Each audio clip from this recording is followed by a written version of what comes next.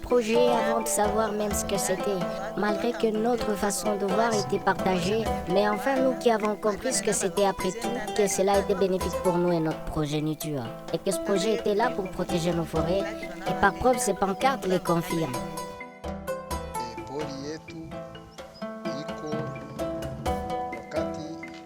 Quand nous avions accueilli ces projets, la première des choses que nous avons fait était de nous organiser un comité de démarrage du projet.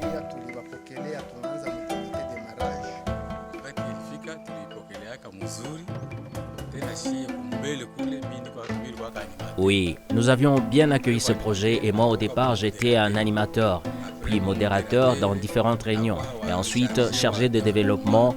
Dont ma tâche était d'organiser des travaux de développement et là, maintenant, je suis le secrétaire du comité local de gestion.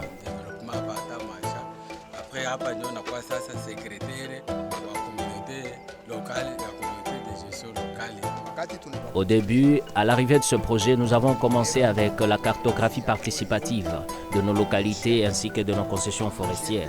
Nous avons eu ensuite les arrêtés d'attribution de nos concessions forestières octroyés par notre gouvernement provincial.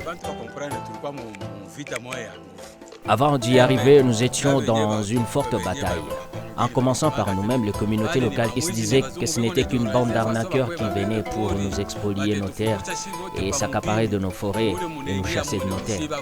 Et sans oublier que notre présence dans le projet était beaucoup plus critiquée. Et d'une part, nous étions pris pour traîtres. Mais nous avions compris l'intérêt de ce projet. Et dès que tous ces conflits ont commencé, le nombre ne cessait de regresser. Mais nous avons tenu. Et aujourd'hui, nous y sommes en bon nombre et avons obtenu nos arrêtés. Ce que nous apprend le projet Miombo est très important. Ce projet nous apprend comment gérer nos concessions forestières et tirer de bénéfices à partir de ce dernier. Il nous a appris comment préserver nos forêts en évitant de feux précoces. Ainsi, nous posons de clairières par feu d'une distance de 2 mètres pour chaque limite.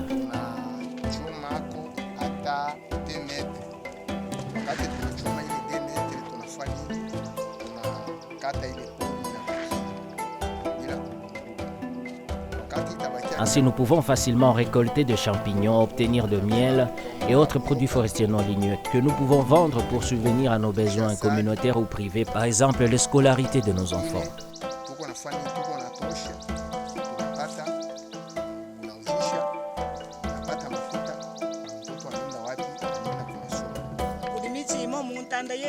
Dans nos forêts, on ne coupe pas n'importe comment nos arbres. Ils sont repartis selon le besoin.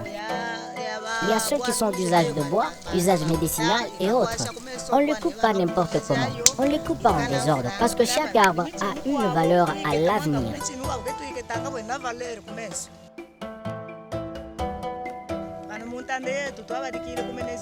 Nous avons aussi transplanté les arbres dans les endroits où il n'y en avait plus. Et d'autres arbres sont là-dessous dans notre conserve, dans notre pépinière, et sont destinés à la vente pour subvenir à nos besoins.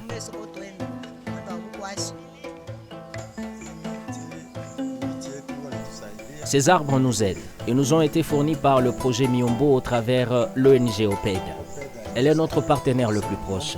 Comme ici vous voyez, vous y trouverez des arbres fruitiers, des orangers, des avocatiers et d'autres que nous plantons dans nos parcelles. Et le reste, nous vendons pour avoir quelque chose dans nos caisses communautaires.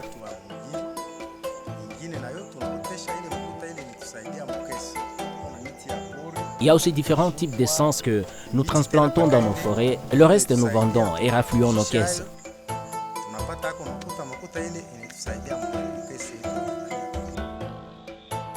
Dans notre organisation communautaire, nous avons 2 brigadiers. Le comité de suivi, ce sont eux qui se chargent de la protection de nos forêts. Ils y passent en surveillant et font rapport d'état de lieu d'évolution ou danger dans nos forêts. Nos concessions forestières sont subdivisées en 4 parties. Nous avons la zone de développement où nous pouvons cultiver et couper des arbres répondant aux normes pour la coupe.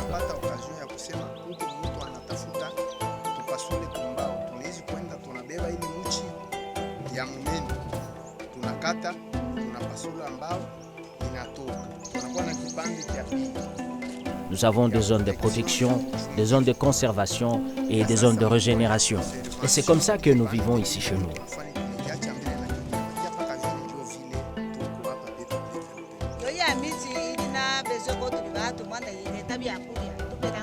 Nous avons des arbres qui ne sont pas autorisés pour la coupe de bois, car cela nous offre de quoi manger et de médicaments, comme je l'ai dit autrefois.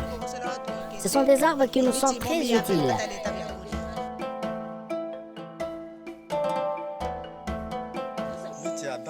Nous avons différentes sortes d'arbres qui nous offrent des médicaments et de quoi manger.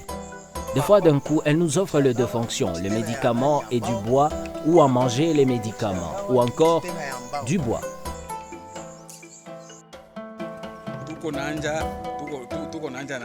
couper un arbre, il faut respecter les normes. Avoir une dimension qui atteint 30 cm. En dessous des 30 cm de diamètre, il est interdit. Ils sont considérés comme de jeunes plantes pour la régénération de nos forêts. Et pour la longueur de la coupe, on commence par 1 mètre à partir du sol.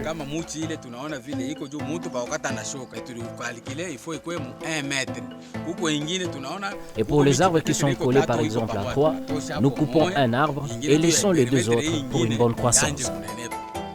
En dehors de ces normes, rien n'est permis, je vous le jure. Avec la conservation de nos forêts, nous obtenons des champignons car c'est une nourriture riche en protéines et bon pour tout le monde. Il y a des fruits issus de nos forêts qui nous aident dans la fabrication de vin et jouent le rôle de nourriture énergisante. Et quand nous récoltons tous ces produits forestiers, nous avons de quoi subvenir aux besoins de nos enfants. Leur scolarité, une petite chemise, 2 cahiers. Et c'est pour cela qu'on ne peut pas couper abusivement nos arbres. Ils sont très importants pour nous. C'est notre moyen de survie. Nous avons de ces endroits où les arbres ont été coupés et nous utilisons ces plantules pour la restauration de ces parties de nos forêts.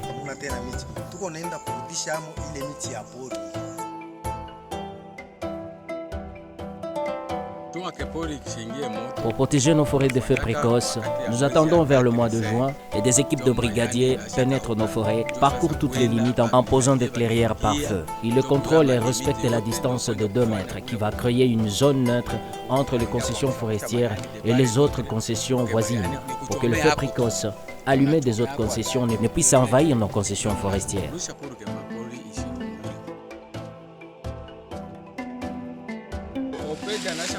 Le projet Myombo, par son partenaire l'ONG OPED, nous a accompagnés dans l'agriculture avec la mise en place de champs-écoles, dont sur les 26 ménages, nous avons environ 50 mètres carrés pour un champ-école. Nous prenons une quantité de semences pour une mise en pratique de tout ce qui nous a été appris et nous avons sur chaque ménage un seau de semences par type de semences et par ménage. Nous avons le haricot, l'arachide.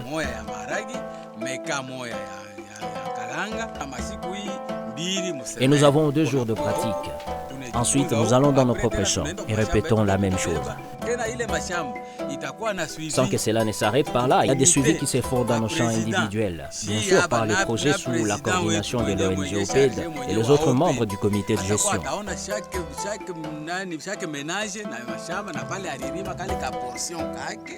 Là, nous avons de semences, les haricots et les arachides qui bientôt ne sera pas suffisant car le nombre ne cesse d'accroître. Et les cultivateurs, en tout cas, ne cessent d'augmenter. Comme vous le voyez, les champs s'étendent.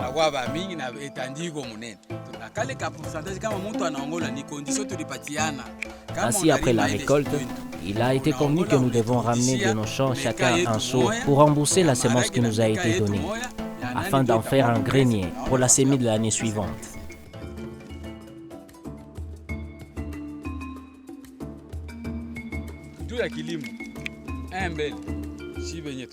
Premièrement, il nous a été appris comment produire seul et conserver nos forêts. L'avantage est énorme pour nous. Nous avons et nous aurons toujours de quoi nous nourrir et quoi subvenir à nos besoins. Sans oublier qu'en conservant les semis de l'année prochaine, nous n'allons pas continuer à compter toujours sur nos partenaires. Nous n'allons pas continuer à leur demander tout. Nous sommes 9%, et eux c'est 1%. Alors nous devons faire mieux.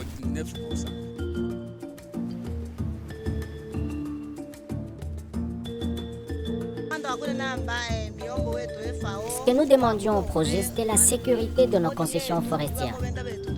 Mais aussi nous avons compris ce que c'était la forêt pour nous. Nous avons compris que la forêt était notre source de vie, mais aussi une assurance pour la vie de nos générations futures. Nous avons demandé la sécurité et nous l'avons, je vous le jure. Parmi lesquels vous voyez tout ce panneau derrière nous. Cela fait preuve de la sécurité de nos forêts ainsi que tous ces brigadiers que vous voyez. Nous sommes bien organisés.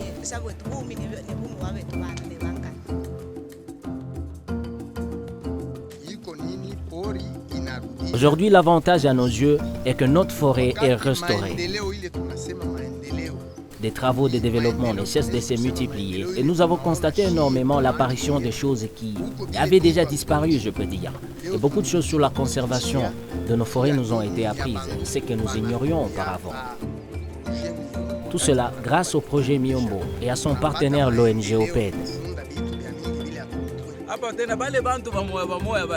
Aujourd'hui, certains membres de notre communauté qui n'ont pas pris en considération ou au sérieux encore ce projet le regrettent et ne cessent de revenir vers nous pour nous dire que le projet Miombo, la FAO ainsi que tous partenaires avaient raison. Je continue même à en recevoir aujourd'hui. Certains me demandent d'intercéder même pour leur intégration dans les activités du projet. C'est pas facile, mais ça nous fait du bien. Il y a plein de difficultés. Oui, le mal n'est qu'au départ, notre préoccupation sur les activités dans nos forêts était la coupe du bois pour le charbon de bois. Mais aujourd'hui, avec tout ce que nous avons appris, cela ne cesse de nous retirer de ces activités. Nous nous sommes rendus compte que nous vieillissons et devenons de plus en plus faibles en travaillant dur dans la production du charbon de bois et gagnons moins. Tout cela en détruisant nos forêts et appauvrissant nos terres. Nous avons vu ce que c'était de détruire nos forêts et aujourd'hui, nous ne voulons plus revivre ce genre de choses. Car ces projets nous tirent de la pauvreté vers une indépendance socio-économique. Et nous leur disons merci abondamment.